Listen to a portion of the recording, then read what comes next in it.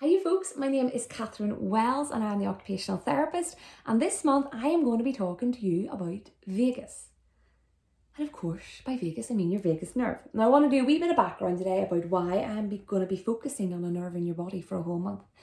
Now your vagus nerve is the second longest nerve in your body, and it kind of controls the function of lots and lots of different systems in the body. Systems that are all beyond your conscious control, so that you cannot control consciously. Things like digestion, immune response, hormonal regulation, emotional regulation, and also really importantly, our parasympathetic response. So getting us out of the stress response back into that rest and digest relaxation response.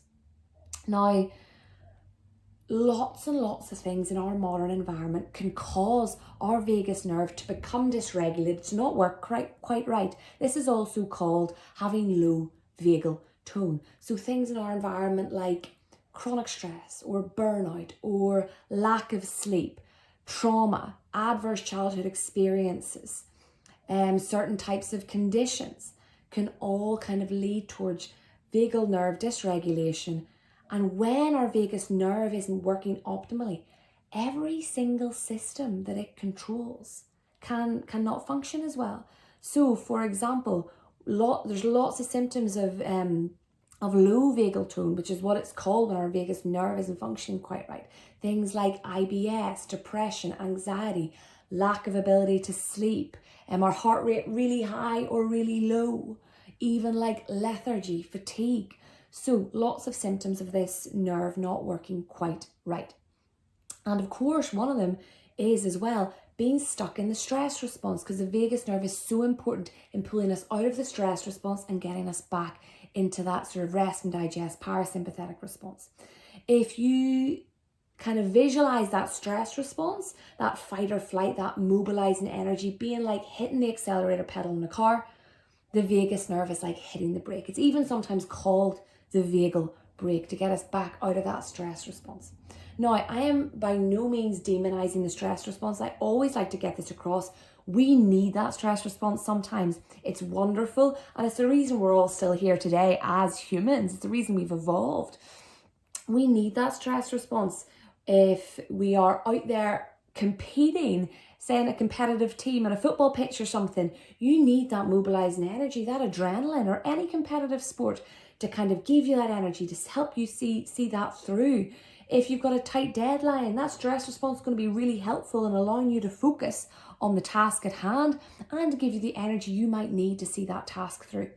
So we need it. And I definitely want a stress response if I feel in danger and I need to get the heck out of there. Bring on the adrenaline, right?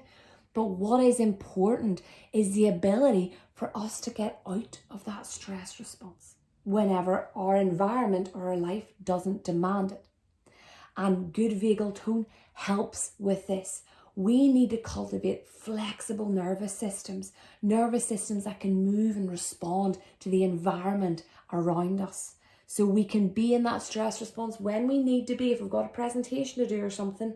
And then when we go home, we can rest, get into the relaxation response, be able to digest our dinner, be able to connect deeply with the people around us. And we can do that better when we're in a parasympathetic place rather than that heightened stress response.